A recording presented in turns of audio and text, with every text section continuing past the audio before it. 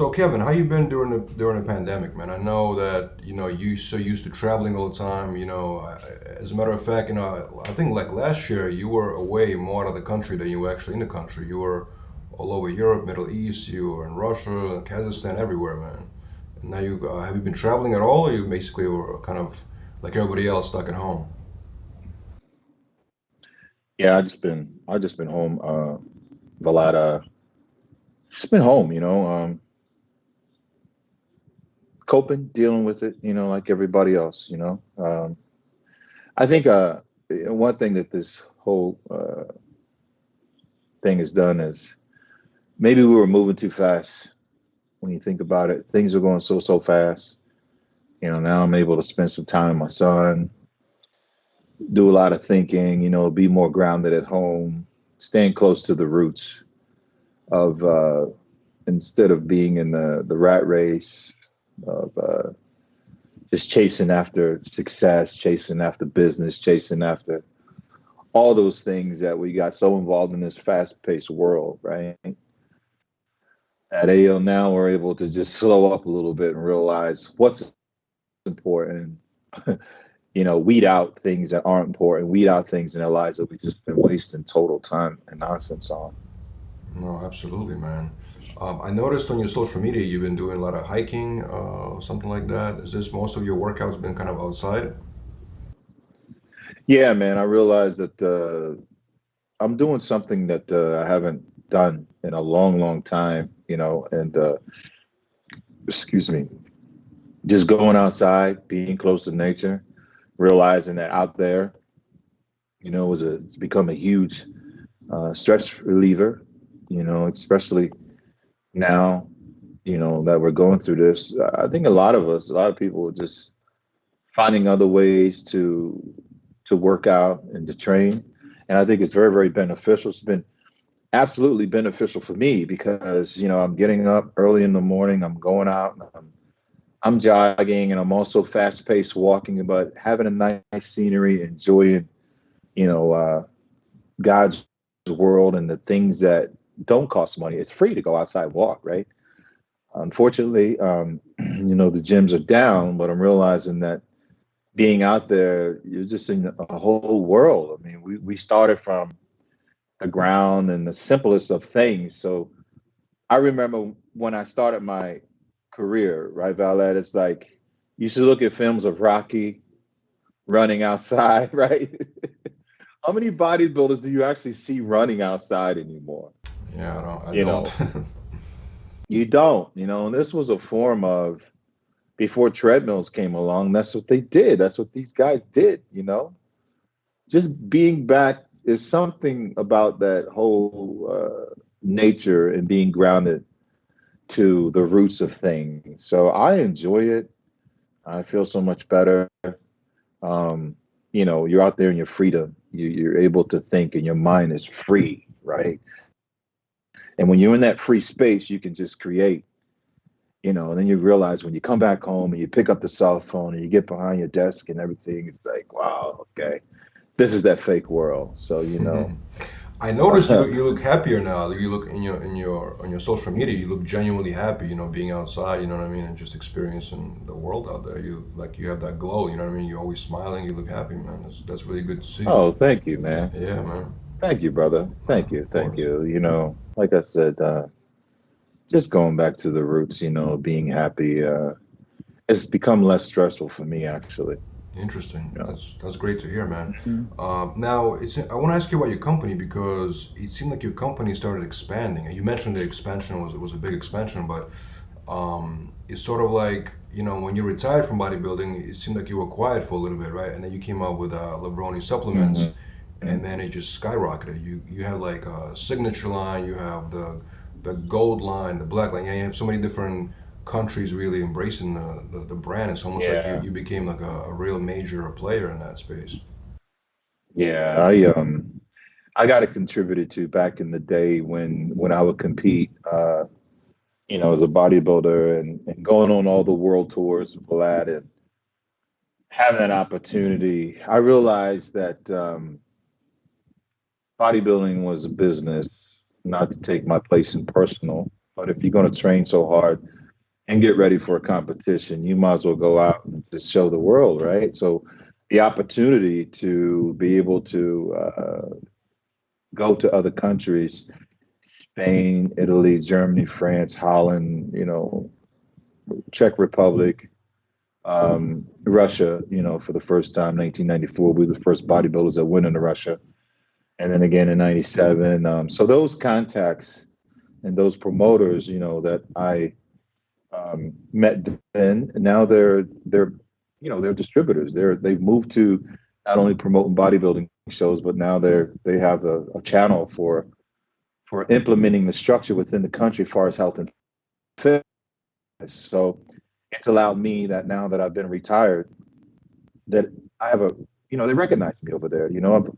I've won 90% of my shows over in Europe touring. So, when I decided to do the Levrone Signature Series and everything, what greater place to do it than where I already have a foundation.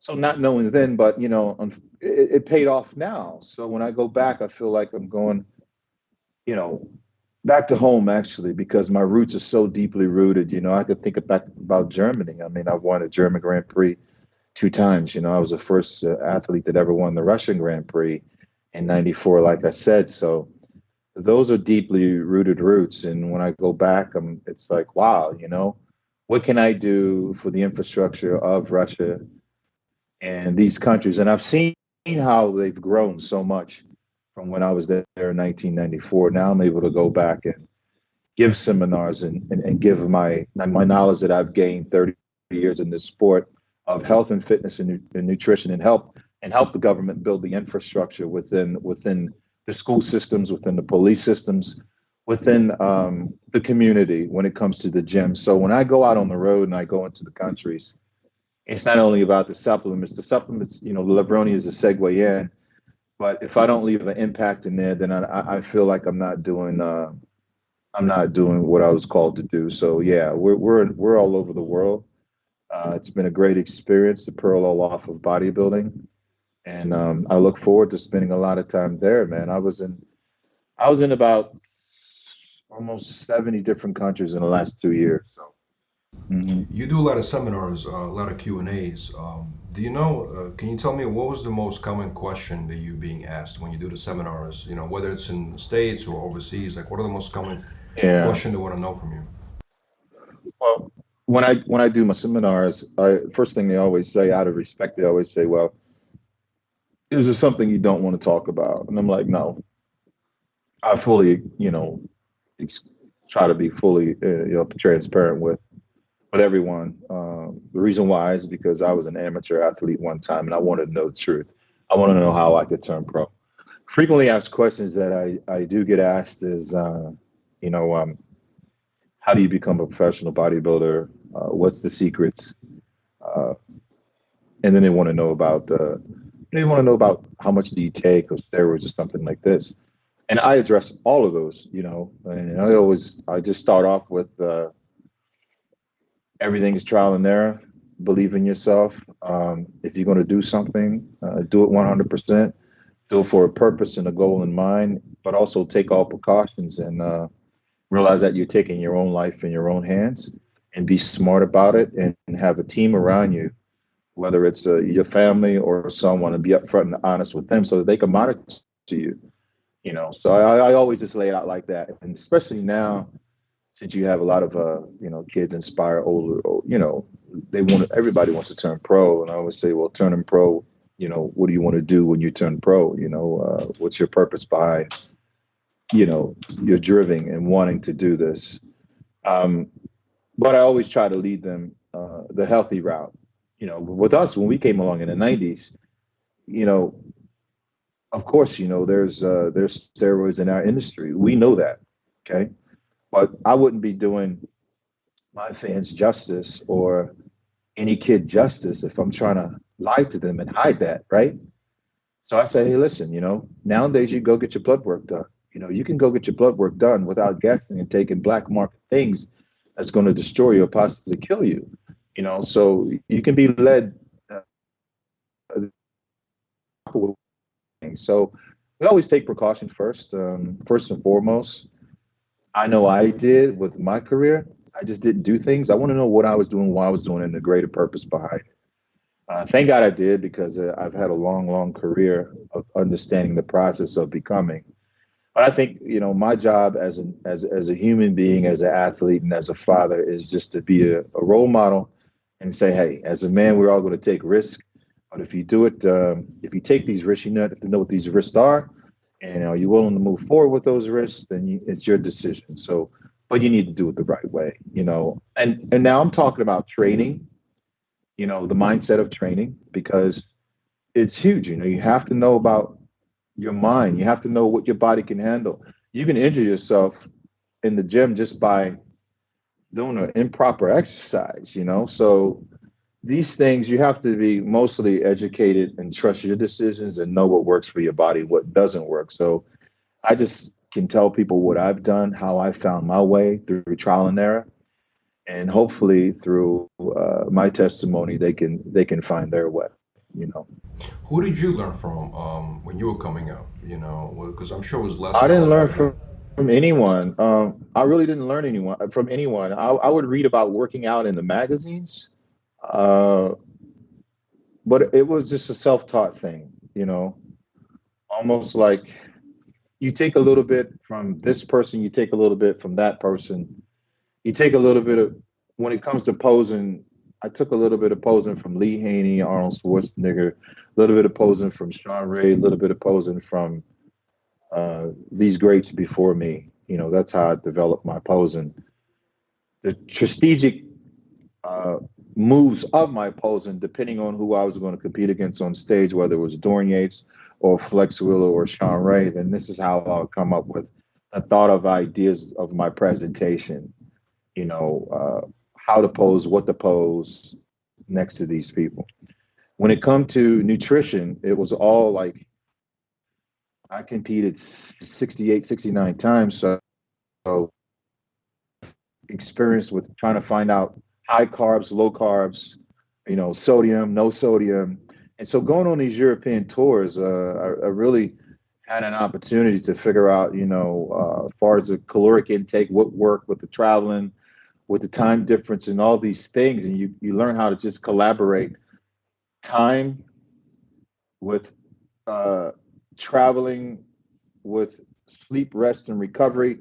So all of this stuff went into play as far as my nutrition. Now I knew when I was on the road, there's no point in me out there breaking down muscle tissue and training within 2 weeks, of traveling because my body can't get 10 hours of sleep or rest to recover. So I knew that was possibly not going to happen. So for me, I I just became a cyclopedia in my mind of stored information of just processing everything and figuring out what worked for me. Hmm. But yeah, it's definitely Mhm. like you mentioned, you had to figure out a lot of that stuff on your own. Where a lot of the kids now they can go and ask you, Yeah, and you honestly open up about it. yeah. I mean, it's if my son asks me, I'm gonna be open. So I figure, the world is they're they're our fans. They spend money to come to shows, but they love us. They care about us. They love the sport. They see what you do. They see what I do, and they want to know how they can just be part of it. And I feel like we'll be just doing them just not not serving the gift that God has given me if I can't be upfront and honest with them and say, hey, this is what I've done. I can show you. I can tell you. But you are going to have to find your way and just use what I do, what I've done as being an inspiration to help you find your way. But the greatest champions, I think, are the champions who believe in themselves, that know themselves better than anyone else. Because somebody can tell you all what to do, this, but you have to really believe it yourself. Where the mind goes, the body will follow. So I always try to implement the power of the thought and believing in yourself and how important that is. Now, obviously, you have retired from competitive bodybuilding, right? Do you think the guys who are competing today, the current pros, do you think they should censor themselves? Like if they go to a seminar and somebody asks them about, steroids or substances, do you think as a competing professional they should not discuss those things. I mean, do you feel that, or do you feel like there should No, be? Valet. I mean, again, we were faced with these questions coming along, you know, in our contracts with Joe, and it's left to the individual if they want to speak about it or not. Like I feel very comfortable talking about it, because my cycles were not monstrous. Most people don't even believe that, you know, the little bit of stuff that I took, I could accomplish what I've accomplished. But I always say that, my drive and my success did not come out of a steroid bottle. Of course, it contribute, but if he had took all the steroids and didn't exist, I think the champions still would have remained the champions because of their work ethic and the drive behind it. You know, I saw the clip that you did with part of it about Mike O'Heron. You know, and I've known Mike Yeah, 30 years. I was gonna ask you, what do you think about Mike Arner? I think I think this. Let me tell you something. Mike O'Heron has a work ethic that I don't even have. Okay. And yeah, honestly, you know me, Valet. I mean, I've only trained when there was a show to get ready for. Mike has always been in shape his whole entire life. You know, that's just his mindset. All right. So let's start from there. So that's a genetic gene that he has that I don't have. Okay. Now, to do that, you have to be consistent, training, diet. He's always in the gym. I don't think Michael's training regimen and his focus has changed and his commitment as far as pursuing, his workouts and his training. Mike has always been like that. See, people don't understand. He's been wearing that for years and years and years. And I want to tell you something. He's been very, very consistent. I've never seen Michael Heron out of shape. Never in my entire life. And when people do use, you can tell when they're using. You could tell when they're on. You could tell when they're not on. Their DNA or their genetics just fluctuate. You know, look at all of us. Look at every Mr. Olympia, right? Every Mr. Olympia, everybody that competed at that level, they're fluctuating. But you look at these natural athletes, okay? They're so consistent. It's mind blowing. And I believe that Michael Heron is natural. You know, I believe that he is. I really do because his work ethic is just unbelievable. He's never got injured, never an injury. A lot of times when you cycle on and off, your strength goes up and down. He's always been very, very consistent, and you just don't see that kind of consistency in someone who's cycling, uh, you know, steroids. Very, very consistent. You see that solid consistency in someone who is just natural because they naturally wake up, they naturally that strong, they naturally have that drive. They just have it naturally, you know. And I never see Michael O'Heron's weight fluctuate to where he goes up to 290, and come down to 225. You just don't see it, right? He's always like this. So people need to stop looking at what they see and start looking at that individual and breaking down that what he stands for and what he's all about. So you know what? I believe Mike. No, that's a good point because so what happens is, what happened, we about to release a movie called Generation 9, the fourth Mhm. installment of the series, and Mike Ahern is in the film, and of course he's defending himself, and he I believe obviously him. always claims to be natural, and that creates just a ton of back and forth conversations and comments, and people just always saying, "We don't believe you, we don't believe you," and obviously people Yeah. will Well, decide what they hey, want to believe, but it's good to hear that you believe in, which is Valad, valid. You know, people didn't believe I could go out here and look like I never even lift the weight and get ready for the Mr. Olympia in 4 months. Some things that people just have, you just can't explain it. You know, I didn't take 1,000 milligrams or 5,000 milligrams of tests or all this stuff. It just happened for me like that. And you know, some people just have these genetics that you just can't explain. And I would have to say, because of Mike, because I've known him, consistency and everything, and what he stands for, I would have to say, you know what, I believe what he's saying.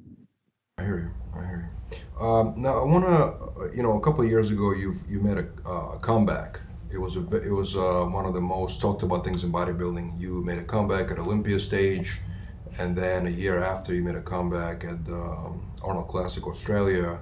Um, Mhm. Now looking back at it, how do you feel about your two comebacks, and is there a possibility for a third comeback? No possibility for a third comeback. I'm glad I did the first one. I'm glad I did the second one. I'm glad I did the first one because I did it for my fans, and I had some things deep down inside of my soul, inside of my spirit, that I just needed to put the rest. You know, like there's some things in the basement. So I'm glad I did that. I'm glad I came back the second time. You know, well, yeah, I did Australia. You know, with Tony. I'm glad I did that as well. If there was something that I was disappointed in, it would have been the way that I looked. You know, because You said I wanted to disappoint. look better. You were disappointed. You said. Yeah, yeah, the way I looked, the way I looked. Of course, um, no great champion wants to look, you know, halfway. You know, But I feel like it was phenomenal that the comeback actually happened, because to take such a long break and make a yeah. Well, comeback against the top, you went against the top bodybuilders in the world. It's not like you went to a master's class or some kind of I other know, division. You know what I'm saying? You went I against the know. You prime know, time. yeah. And I was standing in the middle of Dexter Jackson and Mr. Olympia Phil Heath, the first one and two in the world, and I only trained for 5 months to get ready for that show. But I made a commitment. I couldn't back out of it. You know, because the warrior within, we move forward, right? And I did it. But you know, I mean, it was this unbearable pain that I had in my knees, quadricep tendonitis, and I didn't realize how bad it was because in 2003, when I retired, I stopped training, but my quadricep tendons had tears in them back then. My muscle was so big I couldn't feel it. So when you have tears in your tendons, bone fragments come in over a period of time to try to heal them. So when I came back 15 years later, I found out that my knees were just in so much pain because the blood flow wasn't there because the bone fragments had moved in. So I had to have PRP treatments, 4 months out, 3 months out, 2 months out, 6 weeks out. It was just unbearable because the doctor wanted me to take off at least a month, you know, so they could possibly heal all the way. But I didn't have time, so I had to follow through and just take the blows where they landed. But I really appreciate, you know, the standing ovation that I got. I appreciate the fan support, you know, and I have to say that out of all the Mr. Olympias I've done, that one was the most memorable one in my entire life. And it meant the most to me because I did it for my fans and they pushed me along to do it. So I felt like even though I was disappointed, I feel like I was disappointed because I let my fans down in the way I looked, you know. But I had all the support in the world up there on stage, and I I, felt it. I salute you for it, man. I thought that was a very brave move, and I thought that when you came on stage, well, actually, this I think the Australia was it. Your physique was actually bigger. Like you looked more massive Mhm. on that. So actually, it was the second comeback. You came back a little bit stronger, I think, but still, you were Yeah, conditioned and you went through with it. You know what I mean? And it didn't look like yeah, you didn't belong on the stage. It looked like you belong on the stage. yeah, Like you were there with everybody else. You know what I mean? yeah, yeah. I I understand. salute you for that, Thank man. you. Now, Hmm. I keep hearing a lot of different things from legendary bodybuilders like Dorian Yates, Ronnie Coleman, uh, Rich Kaspari, and kind of unanimously agree that the quality of bodybuilders went down in comparison to the 90s, early 2000s to now. The quality, the conditioning. Do you agree with those statements, or do you think it maybe got better. You know, how do you feel about that? I think the quality went down. Yeah, You agree? I think it did. Yes. What do you think Hmm. causing that? I mean, because if you think about it, it should have improved, right? I mean, everything improving with the time and obviously the progress. You know, with everything should so it should be actually improving. I think the quality. I think the quality went down. Um, Not only in physiques but also in the presentations on stage. Um, what do you contribute it to? I think it's just a different era in time. It's just a different era in time. Everything takes a turn, and everything has its glory days. I can't think of any bodybuilder that actually even gets hurt in the gym anymore because most of them use machines, right? Um, so I think the whole approach is kind of sort of different. I know when I used to do things, I would diet, even though I'd break out into my training, but I would diet 3 months, you know, fish, rice, and broccoli. I would do cardio, an hour a day, sometimes 2 hours a day. For conditioning, right? You get the conditioning. The work, yeah, the work ethic was just it was just like I would get up, do an hour cardio on an empty stomach, eat my first meal, then I would train for about an hour in the gym. I would come home at 12 o'clock. I would take a nap till 2 o'clock. I would eat my meal at 3 o'clock. I would be back in the gym, training legs until for about 2 hours until 6 o'clock. I would eat a meal. Yeah, I would eat a meal, sleep in the gym, get up, do cardio again that night for like an hour on an empty stomach, take a shower, then I would go to bed. That's just one day. I would do that every day, 7 days a week for 3 or 4 months. So that kind of thing. And then you're talking about on a diet. I didn't eat ketchup on my diet. I didn't eat steak. I would eat fish, rice, and broccoli, plain food like that. And I would drink water. Once in a while I would eat turkey burgers. But I would go to that extreme place of suffering and doing without. I see guys put ketchup on. I see guys doing these things, and you would see your face just sink in, and your skin would be like paper thin after living like that, and you could barely even perform on stage. You feel like you're going to pass out on stage. We would have oxygen backstage because we were so lean and we were so depleted. And to get that conditioning, you got to go through some pain and suffering. And I just don't think the athletes is going through that pain and suffering. Very few athletes you see nowadays have an even skull face backstage at shows. I used to have cuts in my jaw muscles, you know, and we would show up at the press conference and be like, "Oh yeah, he's in shape," because you could see Sean Ray's face sunk in, you could see Flex Wheeler's face sunk in, you could see, um, Dexter's face sunk in, my face sunk in, Dorian face sunk in. You know, it's just a different time. I don't know what they're doing So maybe as far as they don't see as much at stake anymore to win the competition. Maybe it doesn't mean as much to them as it meant for you to get the titles. Do you think maybe that because they see I other think revenue streams that can be more beneficial for I them. don't I don't think that. I think it's like you can only raise the bar as somebody who higher than the one that beat you, right? You know, Dorian Yates raised the bar for us because he would get bigger, he would get hardy, he would get grainy. And I figured, well, you know what? The only way I can even stand next to him is that if I can just get ripped and harder than he is, you know. And now it's just a different approach. I don't know what the guys are thinking, you know. Um, but there's nothing like having a nice, crisp, solid, cross striation, shredded physique. You mentioned machines. So do you think when you guys used to train, the free weights made a difference in a physique versus what the machines can do for you? You know what I mean? Like if you use free Yeah, weights, you Valet, there's certainly, I certainly believe that because, when you do free weights, it's free weights. It's your body moving it and not a machine guiding it for you. You know, when you take a bar and you put it on your back and you do free weight squats, every muscle in your body is firing to keep your balance, whether it's this way, every leg, you know, everything is firing.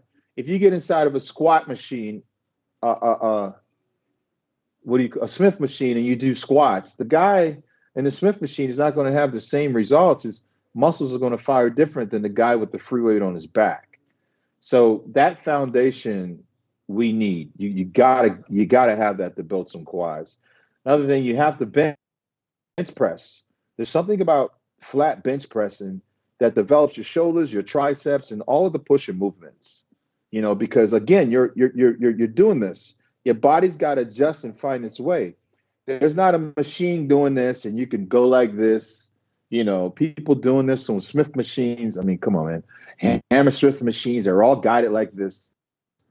When you grab those dumbbells and you grab, there's other things, and your mind is also focusing in on, if there's a weak side here or here, then it's gonna have to eventually catch up. So you're developing those muscles that need to be fired for more muscle development when you're doing the free weights.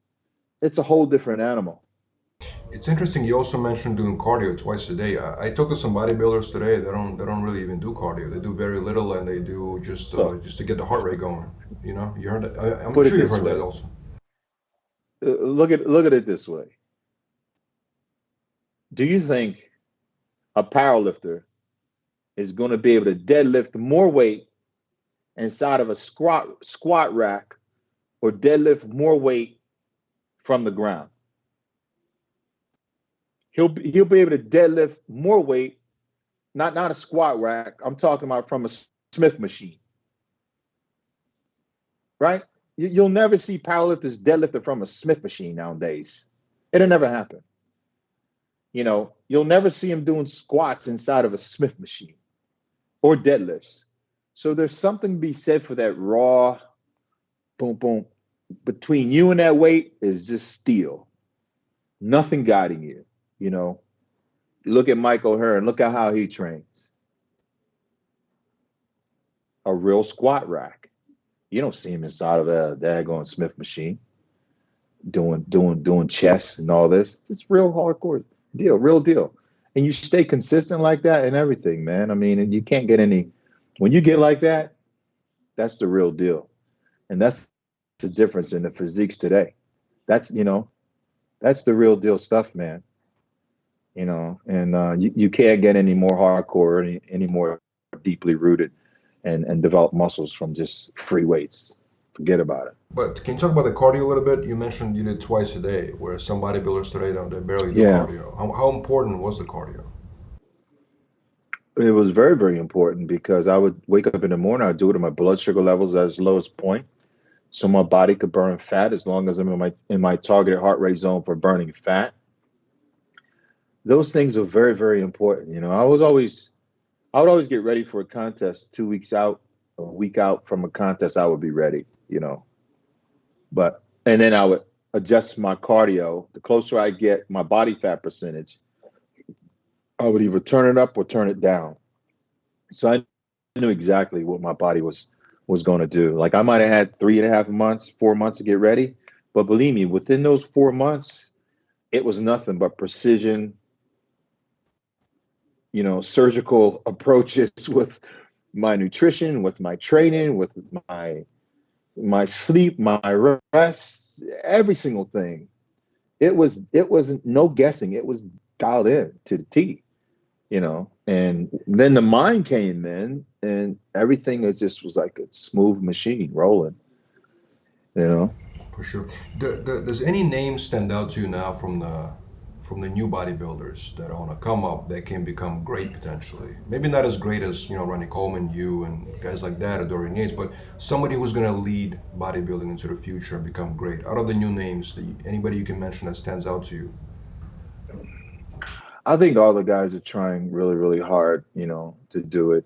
I think a lot of guys are trying. I'm not going to sit here, and knock the guys because, you have guys who turn Mr. Olympia, and I'm not even Mr. Olympia, you know what I mean? But they have Sandals because they're the greatest and they're the best in the world. And they have put that work in and they've earned that title. Um, so my respect to all of those guys walking on stage, because I can't expect them to be in my era to understand what it is that we did, but they're doing the best that they can to represent their era, and they're doing one hell of a job doing it. So I have my eyes on all of them. It's just a different time and a different era, and they figured out what works best for them. And there's not one guy out there competing on the Mr. Olympia stage that doesn't want to be Mr. Olympia and that's not trying to be Mr. Olympia. It's hard to say for me. Also, Valad, that if you had said would I ever thought Ronnie Coleman would have been Mr. Olympia? No, I never would have thought he would have won the Mr. Olympia. So for me to sit here and say I believe this or I believe that, I mean, I could be 100% wrong in my predictions because I have before. Can you tell me what was your toughest battle on the stage in bodybuilding, where you just felt like, you know what I mean? It was really like a struggle for you to be there, but it was like a toughest battle, maybe against some opponent, or like, do you remember the most special, toughest battle on stage that you had?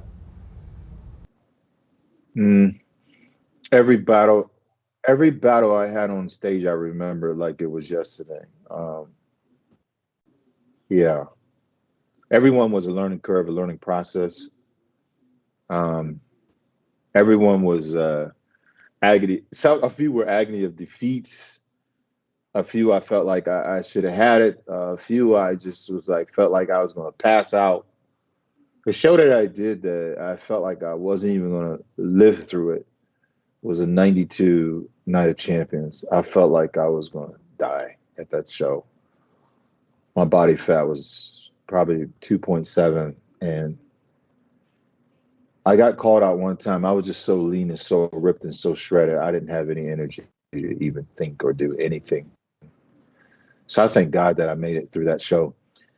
And after that show, I said to myself, get again, because I knew that I was had one foot in the grave.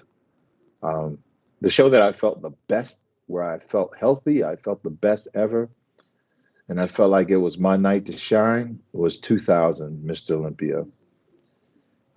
That night on that stage, I just felt like the audience, I drew them into me. My energy levels were perfect. My electrolyte, balances was perfect. My brain was just in the right place. Everything was in line perfectly that night, and I had never felt that good ever on stage in my entire life. Yeah.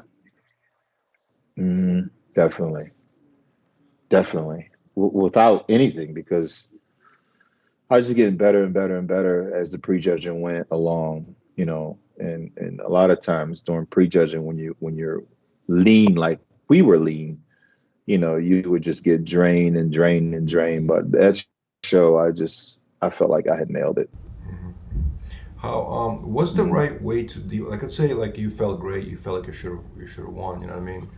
And then you didn't. But like, what's the right way to deal with when you think you won, but and people tell you won, but the judges didn't judge that way? What's the best way to? And that's actually kind of like an advice for the upcoming bodybuilders, because a lot of them complain a Mm. lot on social media, or they kind of want to call people out, the Well, the judges. best What's the thing to right way to do it? do, yeah, I want to tell you guys, you have to realize one thing, that this is a business.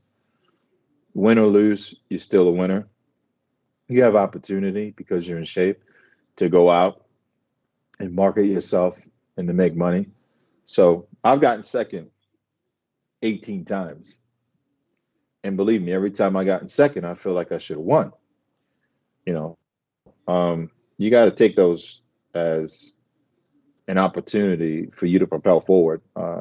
Instead of complaining, look at it as you work so hard, you train so hard, you're in shape. What are you going to do when you're in shape?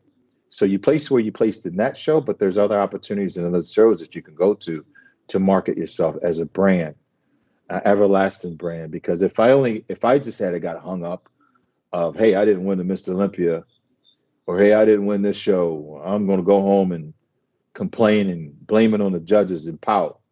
Well, then through all my training for the last 4 months down the tube or whatever. You just have to suck it up, continue to move forward, be professional, and realize that you'll have another shot at coming back. But meanwhile, you got to wait it out and just go and market yourself. Photo shoots, be in shape, guest posings, be in shape, all these things, because you're paid to be a bodybuilder. People pay and want to see you in shape. So just because you didn't place number 1 in that show or number 6 or number 8 or whatever, listen, it's a business. Don't take it personal if you don't win a show. That show doesn't determine the outcome of what your life is going to be. It's up to you. When I didn't win the Mr. Olympia, I said, you know what? I'm going to move forward. I'm going to win every other show in the world. And I did. I won every other show in the world. I was the first person to win the Arnold Classic 2 times. After I tore my chest. All this happened after I tore my chest. See, people don't realize I had a major chest injury that would have took any other bodybuilder out, and it did. I was one of the first bodybuilders ever came back from a chest injury and actually won 22 shows, So, lately, every time I talk to anybody from the fitness industry, I ask them to name their top 5 of all time list of bodybuilders. Top 5 based on their, physiques. They don't have to be Mr. Olympia winners. They don't have to be any type of champions. But in your opinion, who is your top 5 of all time? Dead or alive? Dead or alive, top 5 of all time, in your opinion? I have to answer that question, really. Please, Kevin. I can give you my top people want to know. 6. I can give you my Okay, top 8. let's do top 6.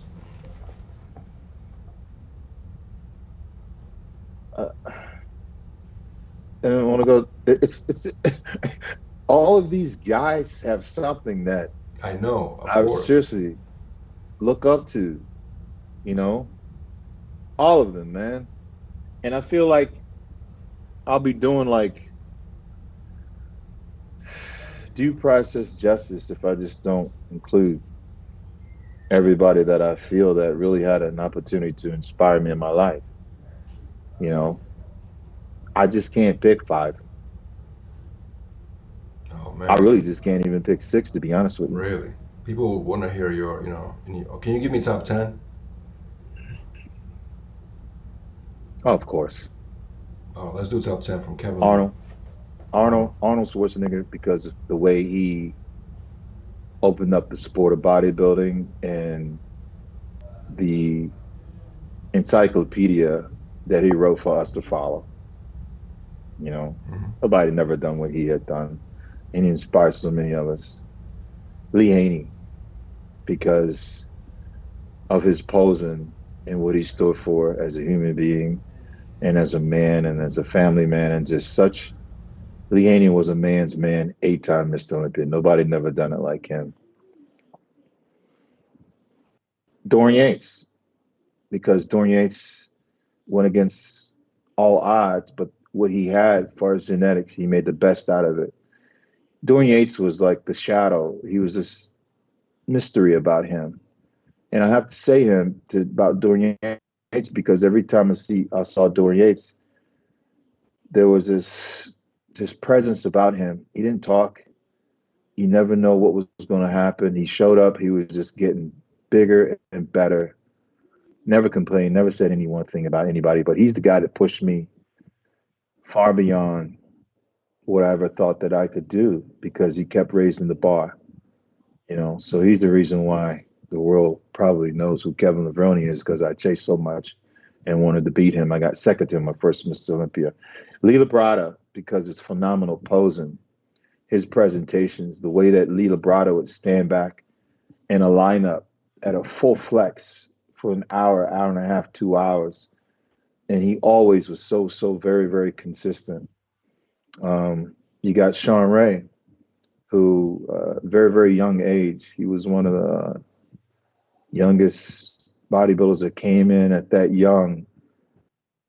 Just the way that posed, he took that fluential pose into another level, and presented himself on a level as just this business guy that had everything together, and he was a voice for what he believed in, and he always stood true to that, and he stands true to that today. And Sean Ray really inspired me.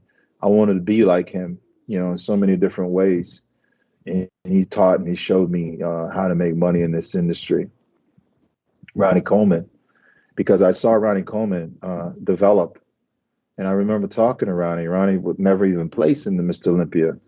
You have to understand that all these people had such an impact in my life. And because of them, I am here today. And I just saw Ronnie Coleman's his relentless work ethic, not quitting and not giving up, and how his body changed. And I would see Ronnie, on tours, catching trains because he couldn't afford to fly through Europe. He would catch trains, him and Vicky, and he would show up and get dead last. And he did this 3, 4 years straight. And I say, why do you keep doing it? He says, because I love bodybuilding. So I seen someone here to the top. And he became one of the greatest Mr. Olympias ever, as far as his stature and what he stood for. And he's a guy who never complained to this day. You see the inside of Ronnie Coleman, and what made him a true lion, a true champion, is because he doesn't complain. He doesn't give up. And you might see him walking around like that. You say, what pushes this man? You know, that's the lion. That's that relentless drive that he has as a human being. And that's what's beautiful about Ronnie Coleman. And that's what made him so great. Not everybody can do that. Um, Flex Wheeler, passion, loving, caring, greatest genetics ever. Um, he's the type of person, human being that I learned from for just watching. He was just so passionate and so hard on himself. And I would say, why are you so hard on yourself? It doesn't make sense to me. Because he said, Kevin, because I'm disappointed. So he was an athlete who one of my favorites of all time because of his presentation and just the way he brought it to stage. Flex Wheeler's the athlete. He couldn't even. It's like this guy didn't even have to be 100% in shape because his body was so flawless. He could show up 80% and still beat us. So when I think about things like this and the crossfires and everything of just the whole sport, if it wasn't for people like those guys coming before me, or even where I was and seeing all these things happening, I wouldn't be here. And then you could talk about Dexter Jackson. I sit back and I think about him right now and what he's doing right now. It's unbelievable. Dexter is showing us that this is a healthy sport, you know, and far beyond age, it's still existing. How does that happen? It's not because of steroids. So his dedication, his passion, it's just something that you can't. It just doesn't make sense. That's a gift from God that he has. And when I see him do this, and I've seen him grown, and it's just a beautiful thing to be involved in an industry where there's so many different things going on around you, right? That you just say, thank God that I'm able to suck it up. And you got Chris Cormier, passionate, very, very passionate individual. And I'm learning that Chris Cormier, his brain and his thoughts and what he has to offer, it long beyond his bodybuilding. He might have been his greatest enemy on stage, but look what he's doing now, the passion that he has and giving to people. So it's just so much, man. I look at Kai Green, and what he's doing and where he came from, and he's just always propelling forward to bring out that inner being of that human being down inside of him that need to be expressed. And it's beautiful to see that he's found a space in a sport that can allow him to do that, to create his process and his inner pain outwardly, right? Phil Heath, I mean, you talk about Phil Heath, you talk about somebody that's just a beautiful thing to see and a sight to see. And Phil Heath is it's almost this gifted mystery about him because it's just there, like the sun waking up in the morning when it shines. It's just a beautiful sight to see. So that's the history of our sport. That's a great Um, list of that's a great list of names. yeah, you know, every one of every those human beings that I've mentioned, you know, there's a certain room inside of my brain where they'll be remembered for all eternity, you know. And hey, you know what? I can't forget about my boy Jay Cutler, Oh yeah, that's you another. know, who I remember Jay. Like, you got to think, man. I remember Jay and I watched Jay grow. And I remember Jay, and I remember there's a picture of me leaning down over top of Jay when he's on his back. You might have saw it.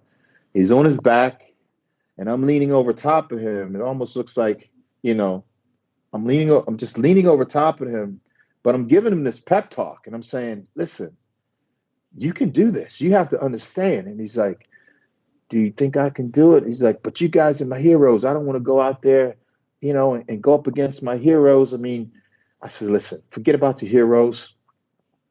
Go out there and take the show. I said, you can bring Ronnie down, Jay.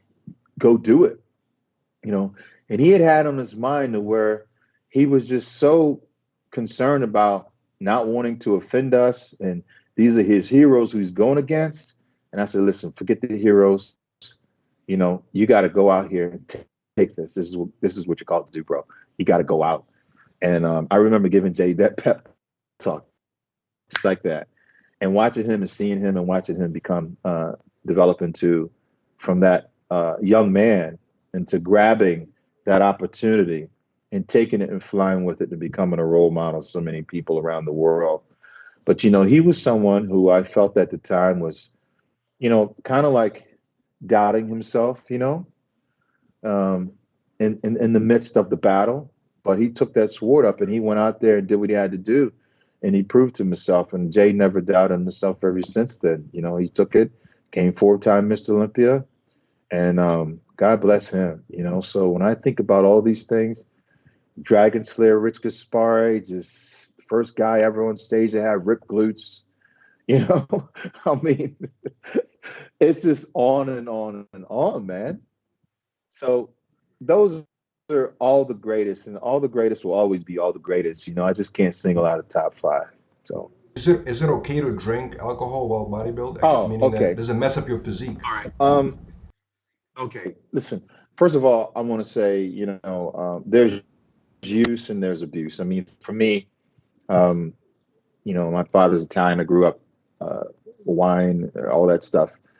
I'm not an alcoholic. I don't need it to survive or anything like that. But for me, I would just occasionally do it when I wanted to get in the mood. You know, for me, uh, some of the greatest posing routines I ever came up with in my entire life. You know, I would always, I would always backstage. You know, uh, have a shot of Jack Daniels and a Coca Cola. You know, to get me in the groove because I've never practiced a posing routine. All my posing routines were always made up on stage, and I would always get in trouble. Yeah, That's crazy. I would Wow. always get in trouble because I would never hand my posing music into the judges. I mean, into because I never really had a song that I wanted to do. I would always bring three tapes.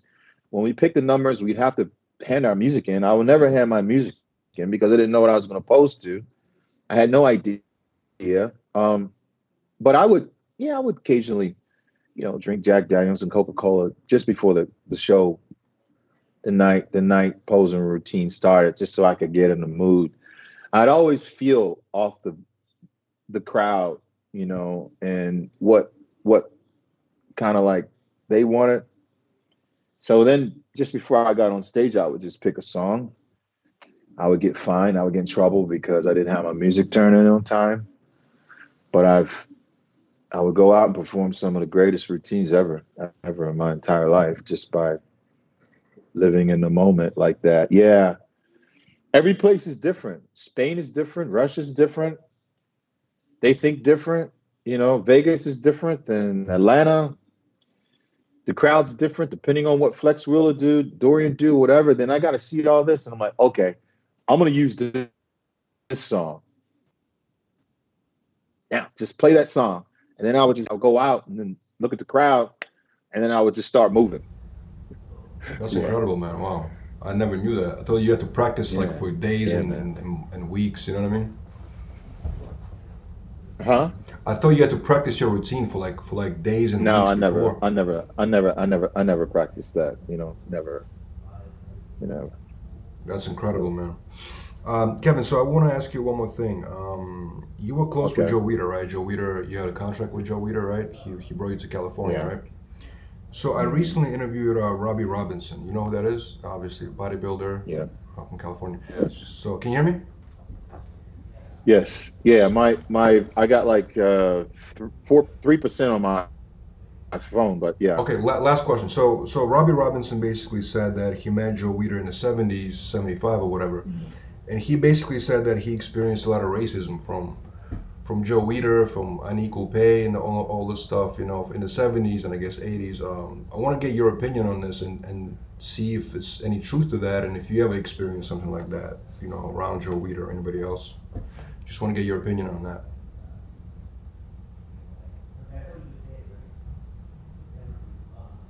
Never in my entire life have I ever experienced any of that from Weeder or the Weeder office or Weeder publications. Never. Hmm.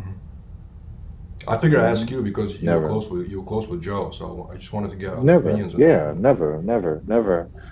I've I've never experienced anything like that, man. After every show, Joe Weider would always call. I would be in Europe. He would call, "Hey, Levrone, I'm proud of you." I said, "Thank you, Joe." I said, "Joe, what can I do to be Mr. Olympia? What can I do to be Mr. Olympia?" And Joe would say, "Well, it's not that you don't deserve to be Mr. Olympia, Levrone. You definitely deserve to be Miss Olympia. But Dorian opens up the European market. It's just business." I said, "Okay, I understand." He goes, "Believe me, if I shuffled you, Flex Wheeler, Sean Ray around, I'd still make the same amount of money. But Dorian does things and opens up that market that you guys can't." It goes, "But I'll put you on the anniversary edition of Muscle and Fitness." He goes, "Because I do believe you deserve to have a Sandow." But I said, "All right, thank you, Mr. Weeder." So yeah, Joe gave me 10 years the whole time I was with him. Um, Lynn Conkright, every time I would go to California, I'd meet with Joe. Joe would show me all the magazine covers and everything, tell me what he's doing. He was so hands-on involved with the writers, with the designs, with the athletes. Every show that I won in the United States, I'd walk over, he'd be backstage teaching me how to pose. And right there through every photo shoot that I did with Chris Salon, Bill Dobbins, Robert Reef, all of them. If it wasn't for Joe Weider, that man, I wouldn't have the structure and the foundation that I have right now built to support my family. It all came from Joe and Ben Weider's vision. And not once have I ever in my entire life, anywhere, heard him mistreat anyone, or made me feel like I wasn't less than anyone else because of the color of my skin. Got it, Kevin. Thank you for clarifying that. I really appreciate it. So, Kevin, what we're going to do is we're going to split this interview into like 6 different parts. I'm going to release it every week, okay? All right, bro. Sounds good? Thank you. Thank you so much, Yeah, man, Kevin. it's great. I really Yeah. appreciate the interview, man. Great talk, man. Thank you, brother. I appreciate it. I hope it came out all right, bro. No, it was great, man. Thank you.